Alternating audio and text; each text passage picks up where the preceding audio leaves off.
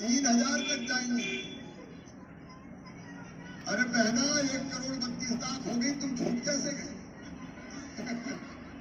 अच्छा, जो छूट गए हैं उनके नाम भी जोड़ दिए जाएंगे अपने पास पैसे की कमी। एक बात एक और तो मैं संस्कार ढंग से कर रहा हूं। अविवाहित हमारी कई बहनें हैं जिनने विवाह नहीं किया, उनका नाम नहीं जुड़ा था, अब उनका नाम भी इस योजना में जोड़ा जाएगा।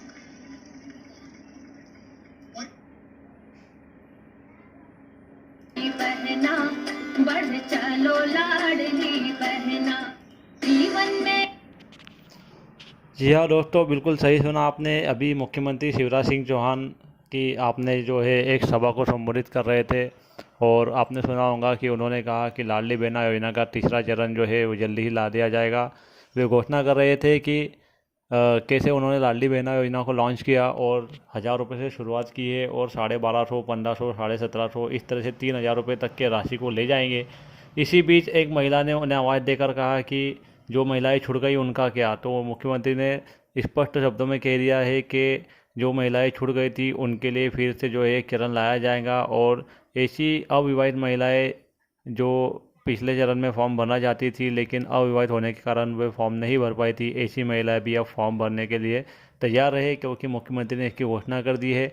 आइए जान लेते हैं कि लाडली बहना योजना का तीसरा चरण कब शुरू होने वाला है। तो लाडली बहना योजना का तीसरा चरण जो है वो अक्टूबर में आना निश्चित है। अक्टूबर के महीने में लाडली बहना योजना का तीसरा चरण आ जाने वाला है।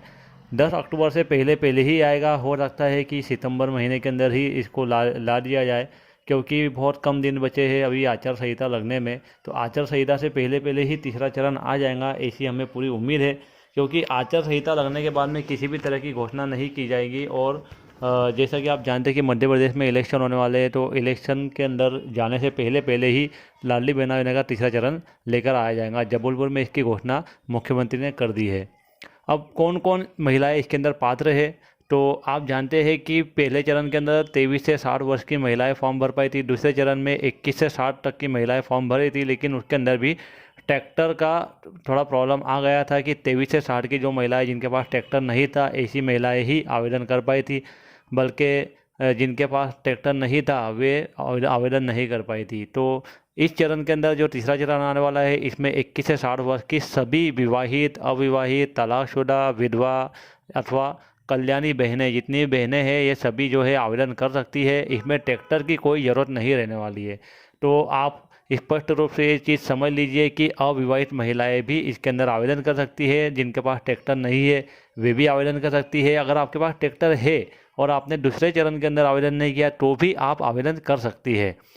पैसा कब मिलेगा और कितना मिलेगा, तो जैसा कि आप जानते हैं कि लाडली बहना योजना का पहला चरण जो था उसके अंदर अभी जो है तीन किस्त 1,000 रुपये की आई थी और अभी चौथी किस्त जो डली है वो 1250 रुपये की डली है। तो इस तरह से जो है अभी 1250 रुपये मिल रहे हैं। तो निश्चित है कि चुनाव के बाद ही पैसा आएगा क्योंकि अभी 15 अक्टूबर के आसपास से आचार संहिता लग जाएंगी और एक बार आचार संहिता लग गई तो फिर किसी भी तरह का फंड जो है मंत्रालय से निकाला नहीं जाएगा, नया फंड। जो महिलाएं पहले से लाभ उठा रही है उनको तो जो है अपना पैसा मिलता रहेगा, उनको लाभ मिलता रहेगा, लेकिन जो नई महिलाएं रहेंगी तीसरे चरण के अंदर उन्हें इसका लाभ लगभग चुनाव के बाद ही मिलेगा, ऐसा मान के ही चलना चाहिए। क्योंकि 15 अक्टूबर के बाद आपके आवेदन जो है वो मंजूर होंगे, वेरीफाई होंगे, उसके बाद आपको स्वीकृति पत्र मिल जाएगा और उसके बाद नवंबर के अंदर तो शायद ही किस्त डले आपकी, क्योंकि नवंबर में इलेक्शन होने वाले हैं और आचार संहिता की वजह से नया पेमेंट जो है वो सैंक्शन नहीं होने वाला। तो आपको जो पेमेंट है वो चुनाव के बाद मिलेगा अगर बीजेपी की गवर्नमेंट बन जाती है। और अगर बीजेपी की गवर्नमेंट नहीं बनती है, कांग्रेस की गवर्नमेंट बनती है, तब भी आपको नारी सम्मान योजना का तो लाभ मिलने ही वाला है। यहाँ पर 1500 रुपये ऐसा माना जा रहा है कि अगर लाडली बहना योजना के तीसरे चरण में जो बहनें फॉर्म भरती है और बीजेपी गवर्नमेंट फिर से आ जाती है तो डायरेक्ट शुरुआत जो रहती है वो 1500 रुपये से शुरू करने वाली बीजेपी। क्योंकि जो बहनें पहले और दूसरे चरण में फॉर्म भर रही थी अभी फ़िलहाल उनके 1250 रुपये किस्त आ रही है और ये किस्त भी चुनाव के बाद में अगर बीजेपी आ जाती है तो 1500 रुपये हो जाएंगी। तो 1500 रुपये की किस्त जो है वो तीसरे चरण में जो बहनें फॉर्म भरेंगी उनको सीधे ही 1500 रुपये की किस्त शुरू हो सकती है, ऐसा अनुमान लगाया जा रहा है। अब जो एक नया सवाल है कि जो किस्तों का पैसा नहीं मिला था क्या वो भी मिलेगा, यानी कि जो बहनें हमारी लाडली बहना योजना के पहले और दूसरे चरण के अंदर जिनकी किस्त आ चुकी है, हम एग्जाम्पल के लिए मान लेते हैं कि पहले चरण की बहनों को जो है अभी तक के 4250 रुपये मिल गए हैं और आने वाले 2 महीनों के अंदर और इसके अंदर लगभग 2500 रुपये ऐड हो जाएंगे, यानी कि उन्हें टोटल इस तरह से 6750 रुपये उनके खाते में आ जाएंगे दिसंबर के पहले पहले। तो जब हमारे तीसरे चरण की बहनों का जब आवेदन मंजूर होंगे तो उन्हें भी किस्त मिलना चालू होंगी। तो क्या उन्हें ये जो डिफरेंस अमाउंट है 6750 रुपये का, 6750 रुपये का, क्या ये तीसरे चरण की महिलाओं को मिलेगा? तो इसका उत्तर है बिल्कुल नहीं मिलेगा, नहीं मिलने वाला। क्योंकि आपका आवेदन जब भी आपके आवेदन को जब भी स्वीकृति मंजूर होंगी उसके बाद ही आपको पैसा मिलना चालू होगा। जैसे दूसरे चरण में जो महिलाएं फॉर्म भरी थी उन्हें पहले चरण की महिलाओं से कम पैसा मिला है और तीसरे चरण में जो महिलाएं फॉर्म भरेंगी उन्हें जो है पहले और दूसरे चरण की महिलाओं से कम ही पैसा मिलने वाला है। तो इस बात का तो आप ध्यान रखिए कि पैसा जो आपको मिलने वाला है चुनाव के बाद मिलेगा। और मुझे ऐसा लगता है कि 1500 रुपये से ही आपकी जो किस्त चालू हो जाएगी, जो कि सभी लाडली बहनें जो पहले और दूसरे चरण के अंदर जिन्होंने फॉर्म भरा था सभी की किस्त 1500 रुपये हो जाएंगी दिसंबर के अंदर चुनाव के बाद में। तो हो सकता है कि आपको भी तीसरी किस्त जो मिलेंगी, आपको जो किस्त मिलेंगी वो 1500 रुपये से शुरुआत हो सकती है। अभी आपको क्या करना है, तो अभी आपको सिर्फ अपने कागज़ तैयार करवा लेना है। अभी किसी भी तरह के फॉर्म शुरू नहीं हुए हैं, क्योंकि बहुत सारी बहनें जो है परेशान हो रही है कि तीसरा चरण शुरू हो गया है और नगर पालिका के अंदर जो है बहुत चक्कर लगा रही है, परेशान हो रही है। लेकिन ऐसी बहनों को मैं बता देना चाहता हूँ कि अभी जो है किसी भी तरह का फॉर्म, किसी भी तरह के आवेदन शुरू नहीं हुए हैं।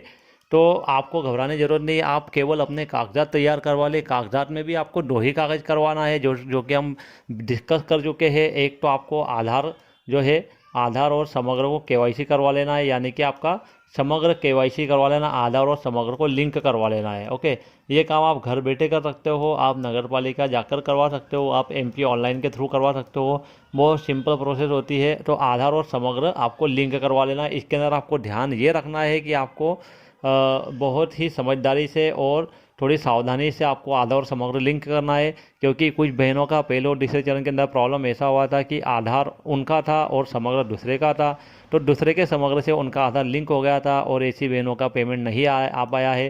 तो आपको इससे बचने के लिए जो है किसी प्रोफेशनल से ही ये काम करवाना चाहिए, ऐसी मेरी राय है। या तो आप नगर पालिका चले जाइए या MP ऑनलाइन वाले के पास चले जाइए और आप समग्र KYC करवा लीजिए। तो आपका पहला काम जो है वो तो है आपका समग्र KYC। समग्र KYC जो मैंने आपको बताया कि आधार और समग्र आपका लिंक होना चाहिए। तो समग्र KYC आपको ये पहला डॉक्यूमेंट तैयार कर लेना है। दूसरा आपका सेकंड डॉक्यूमेंट जो है वो आपका रहेगा बैंक अकाउंट जो है वो आपका वो DBT इनेबल होना चाहिए। बस आपको ये चीज़ भी पता ही होंगी कि बैंक अकाउंट के अंदर DBT आप इनेबल कैसे करोगे। आप सीधे उस बैंक में चले जाइए जहाँ पे आपका खाता है, आप उन्हें कहिए कि हमें DBT एक्टिव करवाना है, तो वो DBT आपको एक्टिव कर देंगे। अगर आपका DBT एक्टिव हो भी गया तो हो सकता है कि किसी वजह से उसके अंदर पेमेंट ना आ पाए, तो आप इसके लिए सीधा अपना पोस्ट ऑफिस पेमेंट बैंक जो होता है उसके अंदर सीधे चले जाइए पोस्ट ऑफिस के अंदर। तो पोस्ट ऑफिस के अंदर आप खाता खुलवा लीजिए अपना। पोस्ट ऑफिस पेमेंट बैंक के अंदर बहुत फास्ट जो है ट्रांजेक्शन होते हैं, तो आपका जो अमाउंट रहेगा स्वीकृति मिलने के बाद वो पोस्ट ऑफिस में बहुत आसानी से आ जाता है। मैं हर एक को राय देता हूँ कि आप पोस्ट ऑफिस में अपना खाता खुलवा लीजिए, क्योंकि पहले और दूसरे चरण में बहुत सारी बहनों का पेमेंट नहीं आ पा रहा था, तो उन्हें जब पोस्ट ऑफिस पेमेंट बैंक के अंदर जब खाता खोल लिया गया उसके बाद तुरंत ही उनकी 2-2 3-3 किस्तें साथ में आ गई थी। तो आप जो है दुविधा से बचने के लिए हो सके तो पोस्ट ऑफिस में अपना नया खाता खुलवा लीजिए। आपको केवल ये 2 काम करना है, समग्र KYC और बैंक DBT, या फिर आप नया खाता खुलवा लीजिए पोस्ट ऑफिस के अंदर। इसके अलावा आपको ज़्यादा कुछ करना नहीं है। इसके अंदर अविवाहित बहनें जो है हमारी, उन्हें ख़ास तौर पे ये डॉक्यूमेंट तैयार कर लेना है, क्योंकि जो विवाहित बहनें थी या फिर विधवा बहनें थी उन्हें तो पता था कि क्या क्या डॉक्यूमेंट लगते हैं, लेकिन अविवाहित बहनों को पता नहीं था कि तीसरा चरण जो है उनके लिए लाया जाएगा। और तीसरा चरण आ गया है तो आपको क्या करना है कि अपने डॉक्यूमेंट जो है तैयार करवा लेना है, ताकि जैसे ही फॉर्म आए आपको तुरंत जो है अपने डॉक्यूमेंट लेकर चले जाना है नगर पालिका, नगर परिषद या ग्राम पंचायत, और या तो हो सकता है कैंप में जाना पड़े, और आपको जो है जल्द से जल्द अपना आवेदन कर देना है, क्योंकि बहुत कम दिनों के लिए ये आवेदन रहने वाले हैं। क्योंकि आगे चुनाव आने वाले हैं, तो चुनाव की वजह से जो है बहुत कम दिनों के लिए आवेदन रहने वाले हैं, तो आप जल्द से जल्द अपना काम करवा लें। मैं उम्मीद करता हूँ कि आपको वीडियो पसंद आया होगा, पूरी जानकारी आपको समझ में आई होंगी। यदि आपको वीडियो पसंद आता है तो वीडियो को लाइक करें, शेयर करें, हमारे चैनल को सब्सक्राइब करना ना भूलें, ताकि हम और नई जानकारी आपके लिए लेकर आ सकें। Thank you.